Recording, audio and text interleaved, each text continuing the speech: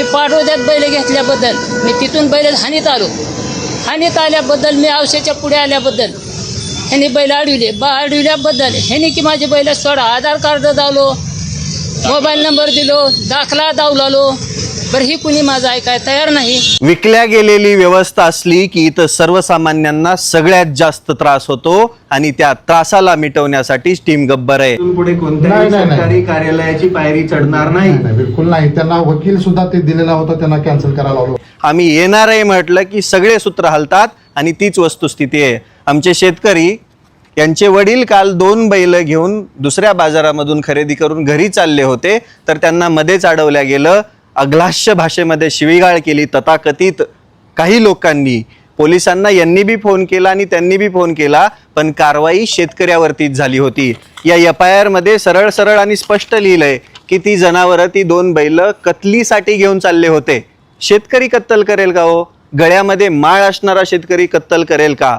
मग ती news viral झाली. आपले शिवसेनेचे जिल्हा प्रमुख आहेत युवा सेनेचे, त्यांच्या मार्फत तो मुद्दा उचलून घेतला, पण त्यांना तरी बी कोर्टामध्येच जावं लागलं. आज काय परिस्थिती? सोडली जनावर बैल? जनावर सुटली आहेत आज. FIR माग FIR घेतलाय माग, बैल भेटली आपल्याला. तुम्ही खुश आहेत का आता? खुश आहे. पण त्रास काल झाला, आता आज काही खूप झाला की झाला. बैल धरले त्या दिवशी खूप झाला.